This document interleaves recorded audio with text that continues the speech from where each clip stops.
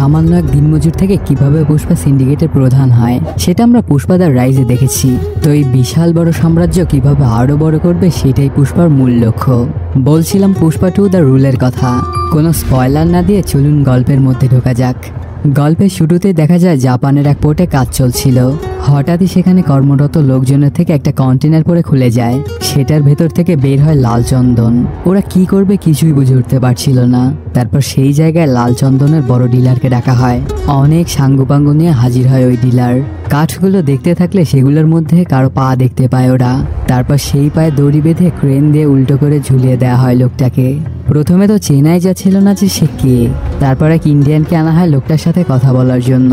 সে এসে লোকটার সাথে কথা বলার অনেক চেষ্টা করলেও কোনো লাভই হচ্ছিল না। পরে হঠাৎই ওরা খেয়াল করে সেই কন্টেনারের লেখা পুষ্পা। যে লোকটাকে উল্টো করে ঝুলিয়ে রাখা হয়েছে সে আসলে পুষ্পারাজ। তারপর পরে তাণ্ডব লীলা শুরু করে পুষ্পা। সবাইকে মারতে শুরু করে। আসলে পুষ্পা এখানে এসেছিল তার পাওনা টাকা নিতে। জাপানে লাল চন্দন পাঠিয়েছিল পুষ্পা, কিন্তু সেটার টাকা পরিশোধ করা হয়নি। আর পুষ্পার রুল পাওনা টাকা যদি 1 টাকা হয় সেটাও নিয়েই ছাড়বে সে। এই ডিলারের বসের সাথে ডিল হয়েছিল পুষ্পার, তো ওদেরকে কুত্তা মারা মারতে থাকে পুষ্পা। এক পর্যায়ে ডিলারটাকে ধরে নিয়ে ক্রেনের মাথায় উঠে যায় পুষ্পা, আর তাকে ভয় দেখিয়ে ওর থেকে টাকা চায়। হঠাৎই সেখানে আরো সন্ত্রাসী এসে গোলাগুলি শুরু করে দেয়। পুষ্পা দৌড়াতে থাকলে একটা গুলি এসে লাগে ওর গায়ে, আর উপর থেকে পুষ্পা পানিতে পড়ে যায়। গুলি খাওয়া অবস্থায় তলিয়ে যাচ্ছে পুষ্পা। তখন পুষ্পার ছোটবেলার কথা মনে পড়ে যায়। ছোটবেলা একবার অন্য সব বাচ্চারা খেলার সময় ডোবার মধ্যে বলটা পড়ে গিয়েছিল। তখন সবাইকে পুষ্পাকে বলটা আনতে বলে। প্রথমে পুষ্পা আনতে চায় না, কারণ সে সাঁতার জানতো না। তখন সবাই বলে যদি তুই বলটা আনতে পারিস তবেই মানবো যে তোর বাবা আছে, আর না পারলে ভাববো তুই জারক সন্তান। এটাতে পুষ্পা ঝাঁপ লাগায় ডোবায়। পুষ্পা সাঁতার না জানায় সে ডুবে যাচ্ছিল পানির মধ্যে। ওর অনেক কষ্ট হচ্ছিল, তাও কোনো রকমে বলটা খুঁজে বের করে। কিন্তু সাঁতার না জানায় পানির নিচে তলিয়ে যেতে থাকে পুষ্পা। সিনটা কাট হয়ে পুষ্পার বাড়িতে চলে আসে। একটা বাজে স্বপ্ন দেখে চমকে ঘুম থেকে উঠে যায় পুষ্পা। তখন শ্রীবাল্লি গিয়ে বলে, কি হয়েছে তোমার? কোনো খারাপ স্বপ্ন দেখেছো নাকি? তখন পুষ্পা বলে, আমার জীবনের সত্যগুলোই তো ভয়ঙ্কর স্বপ্নের চেয়েও ভয়ঙ্কর। পরদিন দেখা যায় সিনু নামের একজন পুষ্পার জন্য লাল চন্দন কাটতে যাচ্ছে। পাশ থেকে একজন বলে, 2 দিন পরে না তোর বিয়ে, তবে আজ কেন যাচ্ছিস কাজে? জঙ্গলে গেলে তো 2 দিন কেটেই যাবে সেখানেই। তখন সিনু জানায়, সমস্যা নেই, কাজ শেষ করেই বিয়ের মণ্ডপে সোজা চলে যাব। আর আমার বিয়ে করার থেকেও পুষ্পা ভাইয়ের কাজ করা বেশি জরুরি। তার একটা কনসাইনমেন্টের জন্য যেন সময় পার না হয়ে যায়। প্রতিদিন ওরা সবাই এভাবেই বসে থাকে, আর গাড়ি এসে ওদের নিয়ে যায়। সেদিন গাড়ি আসলে সবার সাথে পুলিশ ইন্সপেক্টর শেখায়ত গাড়িতে উঠে যায়। সে আসলে পুষ্পার লাল চন্দন ধরার জন্য এসেছিল। কেউ ওকে চিনতেই পারে না। কিছুক্ষণের মধ্যে ওরা জঙ্গলের মধ্যে এসে পৌঁছে। শুরু হয়ে যায় লাল চন্দন কাটা। একটার পর একটা গাছ কেটেই যাচ্ছিল ওরা। সবার গাছ কাটা শেষে কাঁধে করে নদী পার করে আনে। এখানেই কাঠের ওজন করে টাকা দেওয়া হচ্ছিল। যার কাঠের ওজন যত বেশি সে তত বেশি টাকা উঠাচ্ছিল। আর যে টাকা দিচ্ছিল সে সবার নামও জিজ্ঞেস করছিল। একজন টাকা নিয়ে যাওয়ার সময় ওর নাম জিগালে বলে শেখাওয়াত। এটা শুনেই সবাই যেন ভয়ে কেঁপেই ওঠে। তারপর লাগানো চুল খুলে নিজের টাকলা বের করে বলে, এবার হাতে নাতে ধরেছি পুষ্পার কাঠ, এবার সে আমার হাত থেকে যাবে কই। সাথে পুলিশকেও কল দেয়। পুরো পুলিশ ফোর্স এসে ঘিরে ফেলে সবাইকে। কেউই পালাতে পারে না সেখান থেকে। পরে সেই কাঠ সহ সবাইকে ধরে নিয়ে আসে থানায়। এদিকে সিনুর বিয়ের মণ্ডপে সিনুই নেই। তখন কনের বাবা তো মেয়েকে এটা ওটা বলতে থাকে, আমি বলেছিলাম ওকে বিয়ে করা লাগবে না তোর, এই ছেলে পুষ্পাকে ছাড়া আর কিছুই বোঝে না। আজ ওর বিয়ে আর এখন সে জেলে পড়ে আছে। তারপর বাবা আরেকজনকে বরসাস্তে বলে তার মেয়ের সাথে বিয়ে দিবে বলে, কিন্তু ওর মেয়ে জানায় সিনু সময় মতোই আসবে, পুষ্পা ভাই ওকে নিয়ে আসবে। সামান্য এক দিনমজুরকে পুষ্পা কেন ছাড়াতে যাবে এটা ভাবতে থাকে সবাই। এদিকে পুষ্পা চলে আসে থানায় সিনুকে নিতে। পুলিশকে বলে সবাইকে ধরে রাখো, শুধু সিনুকে ছেড়ে দাও, কারণ আজ ওর বিয়ে। সাথে সিনুর রিপ্লেসও দিতে চায়, কিন্তু কোনোভাবেই ওকে ছাড়তে রাজি নয় ইন্সপেক্টর, কারণ শেখাওয়াত স্যার ওদেরকে স্ট্রিক্টলি বলে গেছে কেউ যেন বের হতে না পারে, আর এটা নাকি নিয়মেরও বাইরে। তখন পুষ্পা বলে, তোমাদের যে লাখ লাখ টাকা দেয় এই টাকা তোমরা কোন নিয়মে নাও? যেহেতু পুষ্পার টাকা খাও তো নিয়মও পুষ্পারই হবে। এগুলো শুনে এক কনস্টেবল চাবি নিয়ে লক আপ খুলে সিনুকে বের করে আনে। হঠাৎই পুষ্পা খেয়াল করে ওর গায়ে মারের দাগ। তখন গিয়ে বাকি সবার শরীরও চেক করে, দেখতে পায় সবাইকে বেদম মার দিয়েছে পুলিশ। তারপরে ওদের মুখ থেকে পুষ্পার নাম বের করতে পারেনি। তখন পুলিশরা বলে শেখাওয়াত স্যারের কথাই মেরেছি, উনি কেমন যদি জানেনই তো, না মারলে আমাদেরই সমস্যায় পড়তে হতো। কিছুক্ষণ পরে শেখাওয়াত থানায় এসে দেখতে পায় শুধু একজন কনস্টেবল ছাড়া কেউ পুলিশ স্টেশনে নেই। আর সে এত কষ্ট করে আসামি ধরেছিল, তারাও কেউই নেই লকআপে। তখন কনস্টেবল জানায় পরের কাহিনী। সবার গায়ে মারের দাগ দেখে তো পুষ্পা অনেক ক্ষেপে যায় আর সবাইকে নিয়ে যেতে চায়। তখন পুলিশরা অনেক করে বলে যদি আপনি এমনটা করেন তবে আমরা সবাই চাকরি হারাবো। এটা শুনে সবার চাকরির বয়স, ঘুষ আর পেনশন হিসাব করে একবারে টাকা দিয়ে দেয় আর সবাই রিজাইন দিয়ে চলে গেছে। প্রথমে তো এই কনস্টেবলকে সৎ মনে করেছিল ওরা, কিন্তু পরে জানতে পারে এই কাহিনী জানাতে আর সবার রিজাইন পেপার দেওয়ার জন্যই আমি ছিলাম। আমিও টাকা নিয়েছি পুষ্পার কাছ থেকে। তো আপনারা থাকেন, আমি গেলাম, কাল থেকে আর আসবো না। এখন গোটা থানায় শুধু শেখাওয়াত আর তার অ্যাসিস্ট্যান্ট নাথুলাল আছে। এটাতে অনেক রেগে যায় শেখাওয়াত। এত কষ্ট করে জাল বুনেছিলাম পুষ্পাকে ধরার, আর চিলের মতো এসে সব নষ্ট করে দিল সে। পরদিন পুষ্পাদের এলাকায় রাজ্যের সিএম এসেছে। তার সাথে দেখা করতে যাওয়ার জন্য সকাল সকাল রেডি হয়ে বের হয়ে পড়ে পুষ্পা। যাওয়ার আগে শ্রীবাল্লি বলে সিএম এর সাথে দেখা করতে যাচ্ছ ভালো কথা, কিন্তু প্লিজ ওনার সাথে একটা ছবি তুলে এনো, কিন্তু হলরুমে বড় করে টানিয়ে রাখবো আর সবাইকে বলবো আমার স্বামীর সিএম এর সাথে ওঠা বসা। পুষ্পাও ওকে বলে দেয় যে আচ্ছা ঠিক আছে, নিয়ে আসবো। কিছুক্ষণের মধ্যে চলে আসে যেখানে সিএম ছিল, ওর সাথে এমএলএ সিদ্ধাপ্পাও ছিল। আসলে সিদ্ধাপ্পা এখানে কোনো একটা মন্ত্রিত্ব চাইতে এসেছিল, সাথে শেখাওয়াতের ট্রান্সফারের ব্যাপারেও কথা বলতে চায় সে। কিন্তু পুষ্পা সাফ সাফ জানিয়ে দেয় শেখাওয়াত এখানেই থাকবে। ওকে ট্রান্সফার করালে লোকে বলবে পুষ্পা ভয় পেয়ে এমনটা করিয়েছে, তো এটার কোনো দরকার নেই। তারপর ওরা এসে পৌঁছে সিএম এর সামনে। পুষ্পার সাথে পরিচয় করিয়ে দেয় সিএম এর। তখন পুষ্পা একটা ছবি উঠাতে চায় সিএম এর সাথে। তার বউ অনেক শখ করে বলে দিয়েছে ওকে, কিন্তু এটাতে কোনোভাবেই রাজি হয় না সিএম। জুতা যত দামি হোক না কেন, জুতার জায়গা পায়ের তলায়। জুতা হাতে লাগিয়ে ঘোরা যায় না, তেমনি পুষ্পা সিন্ডিকেট চালায়। তো আমি সিএম হয়ে ওর সাথে ছবি উঠাতে পারি না। যদি এই ছবি পাবলিক হয়ে যায় তবে আমার অনেক সমস্যায় পড়তে হবে। আর পুষ্পা, তুমি বইয়ের কথা এটা করতে এসেছো? বইয়ের কথা শুনলে কখনো বড় মানুষ হতে পারবে না। এগুলো শুনে কিছু না বলেই বাইরে চলে আসে পুষ্পা। কিছুক্ষণের মধ্যে কথা শেষ করে সিদ্ধাপ্পাও এসে পৌঁছে। সিএম এর কথায় তো তুমি কিছু মনে করনি পুষ্পা? বড় বড় লোকেরা কত কিছুই তো বলে, ওনাদের কথায় কান দিতে নেই। তখন পুষ্পা জানায় আমাকে জুতার সাথে তুলনা করেছে, তাতে আমার কোনো রাগ নেই। তবে সিএম এর এত বড় সাহস যে সে আমার বউ নিয়ে কথা বলেছে, এটার মূল্য তোকে দিতেই হবে। তো এই জন্যই আমি ডিসাইড করেছি তোমাকে সিএম বানাবো সিদ্ধাপ্পা। এটা শুনে একদম থ লেগে যায় সবাই। তখন সিদ্ধাপ্পা বলে সিএম হওয়া তো মুখের কথা না, সিএম হতে কমপক্ষে 100 কোটি টাকা লাগবে। এত টাকা কই পাবো আমি? এটা শুনে পুষ্পা জানায় 500 কোটি টাকা দিব তোমাকে, কিন্তু পরবর্তী সিএম হবে তুমি। তারপর তোমার সাথে ছবি তুলে আমার বউকে বার্থডে গিফট করব আমি। প্রথমে না না করতে থাকলেও পরে রাজি হয় সিদ্ধাপ্পার হাইকমান্ডের সাথে কথা বলতে চায়। পরদিনই সিদ্ধাপ্পা প্রতাপ রেড্ডির সাথে দেখা করতে আসে। ইনি পার্টির হাইকমান্ডের একজন। কিন্তু প্রতাপ রেড্ডি সিদ্ধাপ্পার কথা শুনে বলে সিএম এর গদি তোমার নাগালের বাহিরে, আর আমি যতদূর জানি তোমার এত সাহস হবে না যে তুমি সিএম এর গদি চাবে। তো তোমার পিছে কে আছে? ঠিক তখনই প্রতাপের ফোনে ওর ভাই সুব্বা রেড্ডির কল আসে। সে জানায় একজন 5 কোটি টাকা নিয়ে এসেছে, আপনার সাথে কথা বলতে চায়। কি যেন একটা ডিল করবে সে আপনার সাথে। আসলে পুষ্পা এসেছিল সুব্বার কাছে। তখন ফোন ধরে পুষ্পা বলে এই 5 কোটি আপনার সাথে কথা বলানোর ফি, আর আপনার 25 কোটি সোফার মধ্যে। তখন কয়েকজন এসে টাকা ভর্তি একটা সোফা দিয়ে যায়। এটা দেখে প্রতাপ বলে তোমার কোন টেন্ডার চাই, কপার নাকি কয়লার? যেটা বলবে সেটাই পাবে। কিন্তু ওকে অবাক করে দিয়ে পুষ্পা জানায় আমার পুরো রাজ্যই চাই, সিদ্ধাপ্পাকে সিএম বানিয়ে দেন, এটা পুষ্পার রিকোয়েস্ট। আর আপনি যদি না বানান তবে এমন সোফা আমার কাছে আরো অনেক আছে, যতদূর কথা বলা দরকার আমি বলবো, কিন্তু সিএম হবে সিদ্ধাপ্পাই। এগুলো শুনে প্রতাপ আর না বলতে পারে না। তখন সিদ্ধাপ্পাকে সিএম বানাবে বলে জানিয়ে দেয়। টাকা ম্যানেজ করার জন্য পুষ্পা পরদিনই দুবাই চলে আসে। এখানে অমিত নামের এক শেখের সাথে দেখা করবে সে। অমিত এসে দেখে যে ওরা লরিতে করে এসেছে। এটা দেখে পুষ্পাদের একদম তুচ্ছ ভাবে সে, আর বলে এই ট্রাকে তো আমার কুত্তাও যাবে না। পরে বসে পড়ে মিটিংয়ে। পুষ্পা অমিতের সাথে লাল চন্দনের ডিরেক্ট ডিল করতে চায়, কিন্তু অমিত জানায় আমার মাল লাগলে যে কোনো ডিলারকে ফোন দিলেই পেয়ে যাব, তবে তোমার কি প্রয়োজন? কিন্তু পুষ্পা বলে আমার অনুমতি ছাড়া তুমি একটা মালও পাবে না। পুষ্পাকে ভুল প্রমাণিত করার জন্য ফোন দেয় মুরগানকে। 10 টন লাল চন্দন চায়। কথা শেষ হতে না হতেই পুষ্পার ফোনে মুরগানের কল। 10 টন লাল চন্দন আর্জেন্ট লাগবে পুষ্পা ভাও। আমি ব্যস্ত আছি বলেই ফোনটা কেটে দেয় পুষ্পা। পরে অমিত কল দেয় পাটেলকে। তারপর পরে আবারও পাটেলও পুষ্পার থেকেই চায়। এভাবে আরও কয়েকজনকে কল দিলেও একই ঘটনাই ঘটে। এগুলো দেখে অমিতের আর বুঝতে বাকি থাকে না যে পুষ্পাই আসল খিলাড়ি। তারপর 2000 টন লাল চন্দন দিবে বলে জানায় পুষ্পা, কিন্তু দাম টন প্রতি 2.5 কোটি টাকা। প্রথমে অমিত না বললেও পরে রাজি হয়ে যায়। এই 2000 টনের জন্য 5000 কোটি টাকা দিবে বলে জানায়, কিন্তু পুষ্পা 4900 কোটি নিবে আর বাকি 100 কোটির বদলে অমিতের হেলিকপ্টারটা নিয়ে যায় পুষ্পা। তখন যেই গাড়িতে অমিতের কুত্তাও যাবে না সেই গাড়িতেই সবাইকেই যেতে হয়। এটাই পুষ্পার পাওয়ার।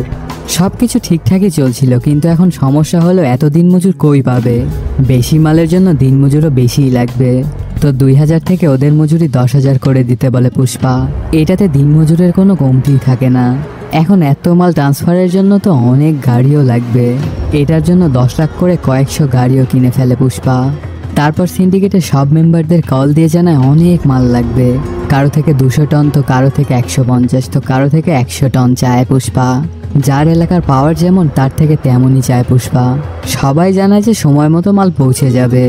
তারপর সবাইকে নিয়ে বাড়িতে মিটিং করে পুষ্পা।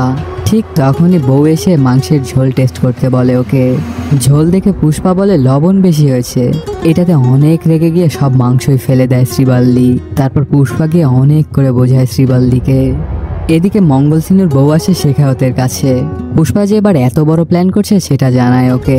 সব লাল চন্দনই পুষ্পাই কিনতেছে, কিন্তু কোথায় নিয়ে যাচ্ছে কেউ জানে না। দুবাই কারোর সাথে ডাইরেক্ট ডিল করেছে ও। তারপর বিচ্চা রেড্ডি সম্পর্কেও জানায়। আগে মঙ্গল সিনুর বাড়িতেই কাজ করতো সে, আর এখন সিন্ডিকেটের মেম্বার হয়ে গেছে। তো ওকে ধরে ভয় দেখালেই সব বলে দিবে সে। কোথায় ওকে পাওয়া যাবে সেটাও বলে দেয়। পরে রাত্রেবেলা শেখাওয়াত এক ব্রিজে এসে অপেক্ষা করছিল রেড্ডির জন্য। কিছুক্ষণের মধ্যেই অনেকগুলো কাঠ ভর্তি ট্রাক ধরে শেখাওয়াত। পরে আসে রেড্ডি, ট্রাকগুলো জ্বালিয়ে দেয়। শেখাওয়াত আর রেড্ডিকে ফ্রিজ থেকে ফেলে মেরে দেয়। ঠিক তখনই সেখানে আসে মঙ্গল সিনু আর তার বউ। এটা তুমি কি করেছো? ও আমাদের খাস লোক ছিল, আর ওকে শুধু ভয় দেখাতে বলেছিলাম, মারতে নয়। তখন শেখাওয়াত জানায় ওকে ভয় দেখালে শুধু ওই ভয় পেত, আর এখন ওকে মারায় পুরো সিন্ডিকেট ভয় পাবে। পরদিন রেড্ডির শেষ কার্য সম্পন্ন হয়। সেখানে সিদ্ধাপ্পাও আসে। তখন সিন্ডিকেটের বেশিরভাগ মেম্বারই বলে পুষ্পার শেখাওয়াতের পার্সোনাল ঝামেলায় সমস্যা হচ্ছে আমাদের, মারা যাচ্ছে আমাদের লোক। তো হয় শেখাওয়াত আর পুষ্পার মিল করিয়ে দিন, না হয় মঙ্গল সিনুকে আবারও সিন্ডিকেটের দায়িত্ব দিয়ে দিন। এজন্য সিদ্ধাপ্পা এসে পৌঁছে থানায়। তারপর শেখাওয়াতকে বলে তোমরা কেন এত ঝামেলা করছো? এই ব্যবসায় পুষ্পাকেও যেমন দরকার তেমন তোমাকেও। নিজেদের মধ্যেকার ঝামেলা মিটিয়ে নাও তোমরা। তখন শেখাওয়াত জানায় যদি পুষ্পা আমাকে সরি বলে তাহলে সব ঠিক হয়ে যাবে, না হলে যেমনে চলছে তেমনি চলতে থাকবে। তখন একটা ডেট ফিক্স করে বড় একটা পার্টির আয়োজন করা হয়। সিদ্ধাপ্পা সহ সবাই অনেক করে বোঝায় পুষ্পাকে শেখাওয়াতকে সরি বলার জন্য। এতে সিন্ডিকেটের সাথে সাথে পুষ্পারও ভালো, কিন্তু কোনোভাবেই রাজি হয় না পুষ্পা। পরে শ্রীবাল্লি যখন বলে তখন সরি বলতে পার্টিতে এসে পৌঁছে। হাজার হাজার মানুষ পুষ্পার মাপ চাওয়া দেখে মজা নিতে এসেছিল সেখানে। অনেকক্ষণ কোনো কথা না বলেই বসেছিল পুষ্পা। তারপর শেখাওয়াতকে সরি বলেই দেয়, আর ওর এই কথাটা রেকর্ড করে নেয় শেখাওয়াত। বারবার সেটাই শুনতে থাকে। সেখান থেকে বাড়ি ফেরার সময় কিছুই ভালো লাগছিল না পুষ্পার। এতদিনেও কারো কাছে নত হয়নি সে, আর আজ এক ঘুষখোর পুলিশের কাছে নত হতে হলো। তারপর হঠাৎই গাড়ি ঘুরিয়ে নিয়ে আবার পার্টির দিকে রওনা হয়। এতক্ষণে শেখাওয়াত থানায় ফিরে যাওয়ার জন্য গাড়িতে গিয়ে ওঠে। সাথে সাথেই পুষ্পা এসে গাড়িতে লাগিয়ে দেয়। এটাতে শেখাওয়াত গিয়ে পড়ে সুইমিং পুলের ভেতরে। তারপর পুষ্পা গিয়ে সেই সুইমিং পুলে মূত্র বিসর্জন করে দেয়। এইটুকু সময়ের মধ্যে কি হয়ে গেল কিছুই বুঝে উঠতে পারছিল না শেখাওয়াত। যে মানুষটা সরি বলে গেল মাত্রই সে কেন এসে আবার এমন করছে। পরে পুষ্পা বলে তুই সৎ হলে তোর কাছে নত হতে আমার কোনো সমস্যাই ছিল না, কিন্তু তোর মতো এক ঘুষখোর অফিসারের কাছে আমি কেন নত হব? আর 5 দিন পরে ভোরবেলায় 2000 টন লাল চন্দন বর্ডার পার করবো আমি, পারলে ঠেকা তুই। যদি 1 পিস লাল চন্দনও তুই ধরতে পারিস তবে আমি সিন্ডিকেট ছেড়ে দেব, আর সারা জীবন কামলা দিয়ে খাবো। এগুলো শুনে অনেক রেগে পুষ্পার চ্যালেঞ্জ অ্যাকসেপ্ট করে শেখাওয়াত। কয়েকদিন পরে রাজ্য থেকে বের হওয়ার প্রতিটা বর্ডারে চেকপোস্ট স্থাপন করে। গোটা এলাকা পুলিশ দিয়েই ভরে ফেলে, আর পুষ্পার জন্য অপেক্ষা করতে থাকে। কিন্তু কোথাও কোনো খোঁজই পায় না পুষ্পার। পরে হঠাৎই শেখাওয়াত খেয়াল করে নদীতে কোনো পানি নেই। তখন ওরা বুঝতে বাকি থাকে না যে পুষ্পার ট্রাকগুলো নদীর ভেতর দিয়েই আসবে। এটাতে সব পুলিশদেরকে নদীর দিকে যেতে বলে দেয়। তারপর দেখা যায় কয়েকশো ট্রাক নদীর ভেতর দিয়ে অগ্রসর হচ্ছিল বর্ডারের দিকে, আর তাদেরকে গাইড করছিল পুষ্পা। সবকিছু ঠিকঠাকই চলছিল। হঠাৎই ওরা খেয়াল করে পুলিশ এসে পড়েছে। তারপর সাথে সাথে এটা জানায় পুষ্পাকে। সবকিছুর জন্য পুষ্পা আগে থেকেই প্ল্যান করে রেখেছিল। কোনো কোনো জায়গায় ট্রাক দিয়ে পুলিশের রাস্তা আটকায়, তো কোনো জায়গায় হাতি দিয়ে। এভাবে প্রায় সব পুলিশকেই আটকিয়ে ফেলে পুষ্পা। আর শেখাওয়াতের গাড়িও এক জায়গায় আটকে যাওয়া, সে দৌড়েই যেতে থাকে। হঠাৎই অনেকগুলো গরুর গাড়ি দেখতে পায় সে। পরে সেগুলোকে দিয়েই আটকায় রাস্তা। ঠিক তখনই ওখানে লাল চন্দন ভর্তি ট্রাকগুলো চলে আসে। তখন পুষ্পা সব ড্রাইভারকে গাড়ি রেখেই পালাতে বলে। এই হাজার হাজার কোটি টাকার মাল রেখেই পালায় ওরা। আর লাল চন্দন শুদ্ধ সব ট্রাক আটকে ফেলে শেখাওয়াত। পরদিন অনেক নিউজ চ্যানেল আসে থানায়। তারপর শেখাওয়াত কিভাবে এত বড় পাচার আটকালো সেই কাহিনী সে বলতে থাকে। এদিকে মঙ্গল সিনু হঠাৎই খেয়াল করে এগুলো লাল চন্দন না, এগুলো সেন্ট্রা। তারপর শেখাওয়াতকে ডেকে দেখালে ওর তো হুশই উড়ে যায়। লাল চন্দনের ভেতরেও লাল, আর সেন্টটা শুধু উপরে লাল আর ভেতরে সাদা। কিন্তু তাহলেই 2000 টন লাল চন্দন গেল কই? ঠিক তখনই বাহিরে অনেক গরুর আওয়াজ শুনতে পায় শেখাওয়াত। বাহিরে যেতেই দেখতে পায় পুষ্পাকে। তখন সে বুঝে যায় কিভাবে পার করেছে লাল চন্দন। ওই সকল গরুর গাড়ি বানাতে ব্যবহার করেছিল লাল চন্দন, আর রং করে গরুর মাধ্যমে বর্ডার পার করেছে।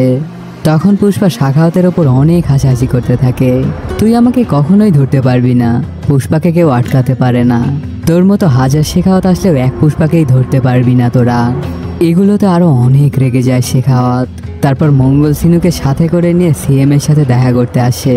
পুষ্পা যে সিদ্ধাপ্পাকে পরবর্তী সিএম বানাতে চাচ্ছে সেটা সম্পর্কে জানায় সিএমকে। যদি এই 2000 টন লাল চন্দন পার করতে পারে তবে পরবর্তী সিএম সিদ্ধাপ্পা। তো পুষ্পাকে আটকাতেই হবে যে কোনো মূল্যেই। তখন পুলিশ ফোর্স নিয়ে অন্য রাজ্যে ঢোকার পারমিশন আনিয়ে দেয় শেখাওয়াতকে। পরদিনই পুরো পুলিশ ফোর্স নিয়ে শেখাওয়াত চলে আসে এক পোর্টে। শুরু করে দেয় খোঁজাখুঁজি। সব ট্রলার খুঁজেও এক টুকরা লাল চন্দনও পায় না কেউই। কিন্তু শেখাওয়াতের সোর্স অনুযায়ী এখানেই আনা হয়েছিল লাল চন্দন। আর এখান থেকেই শ্রীলঙ্কা পার করবে সেই লাল চন্দন। তো যেহেতু এখানে আনা হয়েছিল তাহলে পাচ্ছে না কেন তারা খুঁজে? কি করবে কিছুই বুঝে উঠতে পারছিল না শেখাওয়াত। পরে পানির নিচে কি আছে এটা দেখার জন্য নদীতে ডুব লাগায়। পানির নিচে গিয়ে শেখাওয়াত দেখতে পায় প্রতিটা ট্রলারের সাথেই বাঁধা সেই গরুর গাড়িগুলো। সাথে সাথেই ট্রলারগুলো চালু করে যেতে থাকে শ্রীলঙ্কার উদ্দেশ্যে।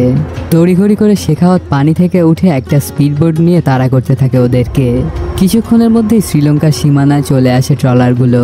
শেখাওয়াত যেতে চাইলে নাথুলাল বলে, যেতে পারবেন না স্যার, আমাদের পারমিশন নেই। ওগুলো মাছ ধরার বোট হয়, তাদের পারমিশন আছে।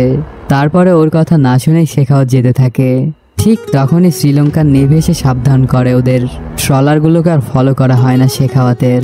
পরে বাইনোকুলার দিয়ে দেখতে পায় লাল চন্দন ওপারে চলে গেছে। আর সেখানে আগে থেকে হেলিকপ্টার নিয়ে এসে অপেক্ষা করছিল পুষ্পা। লাল চন্দন খুব সুন্দরভাবে বর্ডার পার করে ফেললো পুষ্পা, আর ওর কিছু করতেই পারল না শেখাওয়াত। কিছুদিন পরে পরিবার সহ এক পূজায় আসে পুষ্পা। পূজা চলাকালীন শ্রীবাল্লির মাথা ঘুরে যায়। পরে বয়োজ্যেষ্ঠরা দেখে জানায় যে শ্রীবাল্লি মা হতে চলেছে আর পুষ্পা বাবা। এই কথা শুনে তো পুষ্পার খুব খুশি হওয়ার কথা ছিল, কিন্তু সে একদমই খুশি হয়নি।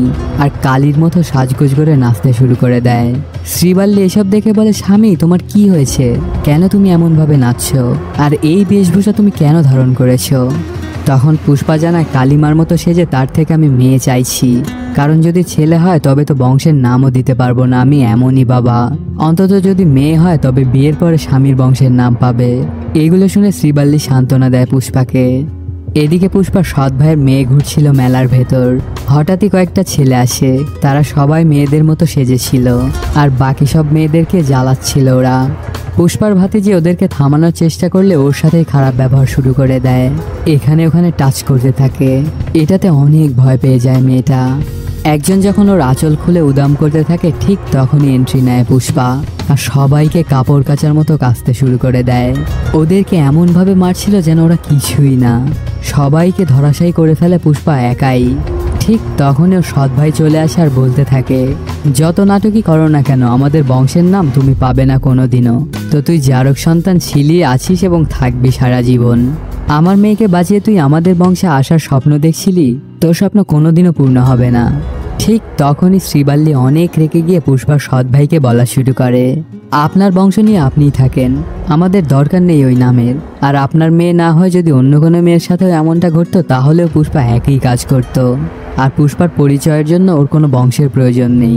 পুষ্পা নিজেই একটা ব্র্যান্ড। পরে ছেলেগুলোর অর্ধেক মাথা নাড্ডু করে জুতার মালা পরিয়ে গাধার পিঠে চড়িয়ে বের করে হয় মন্দির থেকে। এদিকে দুবাইয়ের লালচন্দনের ডিল হওয়াতে টাকা হাতে এসে যায় পুষ্পার। সেই টাকা দিয়ে রাজ্যের সব এমএলএকে কিনে নেয় সে, আর সিদ্ধাপ্পাকে বানিয়ে ফেলে সিএম। শপথ শেষ করে সিদ্ধাপ্পা পুষ্পার বাড়িতে এসে পৌঁছে। পুষ্পার জন্যই সে আজ এই পজিশনে, আর তাকে কথাও দিয়েছিল যে শপথ নেওয়ার পরে প্রথম পা আমি তোমার বাড়িতেই রাখবো। আসলে আজ শ্রীবাল্লির জন্মদিন, তো জন্মদিনের উপহার হিসেবেই সিএমকে বাড়িতে এনেছে পুষ্পা। সিদ্ধাপ্পা শ্রীবাল্লিকে অনেক করে ধন্যবাদ দেয়। তুমি সেদিন সিএম এর সাথে পুষ্পাকে ছবি উঠাতে বলেছিলে, কিন্তু সিএম পুষ্পার সাথে ছবি তো উঠাইনি, আর ওকে অনেক অপমান করেছিল। সেজন্যই আজকে আমি সিএম। তো এখন থেকে তোমার যদি কিছু প্রয়োজন হয় তাহলে আমাকে বলবে, না হলে আমি আবার কবে বদলে যাব কে জানে। এদিকে পুষ্পাকে ধরতে না পারায় পাগল প্রায় হয়ে যায় শেখাওয়াত। সে তো লালচন্দনও ধরতে পারেনি, কিন্তু গোটা দেশ জানে সে লালচন্দন আটক করেছে। এখন যদি সবাই জেনে যায় যেগুলো সেন্ট, তবে ঝামেলা হয়ে যাবে। তো যদি এই সব সেন্ট পুরো কয়লা হয়ে যায় তবে কেউ ধরতেই পারবে না। তো এটার জন্য এসব কিছু নাথ্যলালকে জানায়, আর দুজন ঘরের মধ্যে থেকে আগুন দিতে যায়, কিন্তু নাথ্যু মরতে চায় না। তো আগুন দিলে অনেক কষ্ট করে ওর হাত থেকে বের হয়ে আসে নাথ্যু, আর শেখাওয়াত ঘরের ভিতরেই থেকে যায়। পুরো ঘর পুরো ছাই হয়ে যায়। কয়েকদিন পরে পুষ্পাদের বাড়িতে আসে ওর সৎ ভাবি। তখন পুষ্পা জানতে পারে ওর ভাতিজি কাভেরীকে কেউ কিডন্যাপ করে নিয়ে গেছে, আর কল দিয়ে 2 কোটি টাকা মুক্তিপণও চেয়েছে। কি করবে কিছুই বুঝে উঠতে পারছিল না ওরা, আর পরে এই জন্যই পুষ্পার কাছে এসেছে সাহায্যের জন্য। আসলে কাভেরীকে ধরে নিয়ে গেছিল সেদিন মন্দিরে অর্ধেক মাথা নাড্ডু করা ছেলেগুলো। এগুলো শুনে পুষ্পা একটা শর্টগান নিয়ে বের হয়ে পড়ে কাভেরীকে খোঁজার উদ্দেশ্যে। সোজা এসে পৌঁছে এক টিভি চ্যানেলে, শুরু করে লাইভ টেলিকাস্ট। আমি পুষ্পারাজ, আমার ভাতিজিকে ধরে নিয়ে গেছিস? তোদের এত বড় সাহস! তোদেরকে 1 ঘন্টা সময় দিলাম, যেখান থেকে ধরে নিয়ে গেছিলি ঠিক সেখানেই রেখে যাবি। আর যদি ওর গায়ে একটা আঁচড়ও আসে তবে পাঠা বলি দেওয়ার মতো তোদেরকেও বলি দিয়ে দিব। পরে এসে গোটা এলাকার সব মানুষকেও খুঁজতে লাগিয়ে দেয়। পুরো রাজ্য লকডাউন দিয়ে দেয়। এখানে না কেউ ঢুকতে পারবে না কেউ বেরোতে। আর এই গোটা রাজ্যে এখন কোনো সরকারি নিয়ম চলবে না। যতক্ষণ না আমি আমার ভাতিজিকে পাচ্ছি ততক্ষণ এখানে পুষ্পার নিয়ম চলবে। এদিকে সিদ্ধাপ্পার কাছে আসে প্রতাপ রেড্ডি। তারপর জানা যে পুষ্পার ভাতিজিকে যে ধরে নিয়ে গেছে সে আমার ভাতিজা। তো পুষ্পা যেন কিছু না করে। তখন সিদ্ধাপ্পা কল দেয় পুষ্পাকে, সবকিছু খুলে বলে। ওই ছেলেটার যেন কিছু না হয় এটা বারবার বলে, কিন্তু কে শোনে কার কথা? পুষ্পা জানিয়ে দেয় যে প্রতাপ রেড্ডির ভাতিজা না কার কে সেটা আমি দেখব না। যদি কাভেরীর কিছু হয় তবে কচুকাটা করে ফেলবো। কিছুক্ষণ পরে কল আসে ওই ছেলেটার, আর পুষ্পাকে একটা ঠিকানা দিয়ে 10 কোটি টাকা নিয়ে এক এক আসতে বলে। সাথে সাথেই একটা শটগান নিয়ে হেলিকপ্টারে করে রওনা দেয় পুষ্পা। কিছুক্ষণের মধ্যেই এসে পৌঁছে সেখানে। হেলিকপ্টার থেকে টাকার বৃষ্টি ঝরায়। তারপর আসে ওদের সামনে। পুষ্পা কিছু করতে যাবে তার আগেই কাভেরীকে মারার থ্রেট দিয়ে পুষ্পাকে বেঁধে ফেলে। ওর হাত পা সবকিছু বেঁধে ফেলে আর মারা শুরু করে দেয়। এত মার মারে যে পুষ্পা প্রায় অজ্ঞান হয়েই যাচ্ছিল। তারপর কাভেরীর সাথেও মিসবিহেভ করা শুরু করে দেয় ওরা। এতে পুষ্পা অনেক ক্ষেপে যায় আর হাত পা বাঁধা অবস্থাতে মারা শুরু করে ওদের। কামড়েই ওদের ধরাশায়ী করতে থাকে। পরে হাত পায়ের বাঁধন খুলে ফেলে পুষ্পা আর তাণ্ডব লীলা শুরু করে দেয়। সবাইকে কচুকাটা করতে থাকে। তারপর ধরে গিয়ে প্রতাপের ভাতিজাকে। ঠিক তখনই পুষ্পার সাথে কাজ করা কয়েকজন এসে ধরে ওকে আর মারতে বারণ করে। তারপর কল দিয়ে সিদ্ধাপ্পাকে এনশিওর করে যে ছেলে ঠিক আছে। হঠাৎই ত্রিশূল নিয়ে ওর বুকের মধ্যে দিয়ে ঢুকিয়ে দেয় পুষ্পা। এপার দিয়ে ঢুকে ওপার দিয়ে বের করে নেয়। ঠিক তখনই সেখানে সোব্বা রেড্ডি চলে আসে আর কাভেরীকে ধরে ফেলে। তুই আমার ছেলেকে মেরেছিস তো তোর ভাতিজিকে আমি রক্ষিতা করে রাখবো সারা জীবন। এটা শোনার সাথে সাথেই ওকেও মেরে দেয় পুষ্পা। পরদিন ভাই আর ভাতিজার শেষ কার্য সম্পন্ন করে প্রতাপ রেড্ডি। পুষ্পার ওপর তার অনেক রাগ, আর এর বদলা প্রতাপ নিবেই। এদিকে পুষ্পার বাড়িতে এসে পৌঁছে ওর সৎ ভাই। পুষ্পাদেরকে কাভেরীর বিয়ের প্রথম নিমন্ত্রণ দিতে এসেছে, কিন্তু পুষ্পা ওর সামনে আসে না। পরে শ্রীবাল্লি পুষ্পাকে দেখায় যে ওদের নামের সাথে বংশের নামও লিখেছে। এটাতে অনেক ইমোশনাল হয়ে কান্না শুরু করে পুষ্পা। পরদিনই কাভেরীর বিয়েতে এসে পৌঁছে পুষ্পা। ভাই তো ওকে দেখে গিয়েই জড়িয়ে ধরে। পরে খুব সুন্দরভাবে বিয়ে হতে থাকে। এদিকে প্রতাপের সাথে দেখা করতে আসে মঙ্গল সিনু আর তার বউ। ওরা পুষ্পাকে মারার প্ল্যান করতে থাকে। ওরা সবাই কারোর জন্য অপেক্ষা করছিল। এদিকে দূরে এক পাহাড়ে থেকে সুইচ টিপে বোম ফাটায় কাভেরীর বিয়েতে। বোমটা পুষ্পার কাছেই ফাটে আর এর মাধ্যমেই শেষও হয়ে যায় সিনেমাটি। পাহাড়ে থাকা সেই লোকটাই বাকি, আর পুষ্পার সাথে তার কিসের দুশ্মনী? পুষ্পা কি এই ব্লাস্ট থেকে বাঁচতে পেরেছে? এইসব কিছু জানতে হলে আমাদেরকে পুষ্পা 3 এর জন্য অপেক্ষা করতে হবে। তো বন্ধুরা, কেমন লাগলো আজকের এই এক্সপ্লেইনটি জানাতে কমেন্ট করুন। আর যদি এখনও চ্যানেলটি সাবস্ক্রাইব না করে থাকেন তাহলে তাড়াতাড়ি সাবস্ক্রাইব করে নিন। দেখা হচ্ছে নতুন কোনো ভিডিওতে। Till then, সায়োনারা।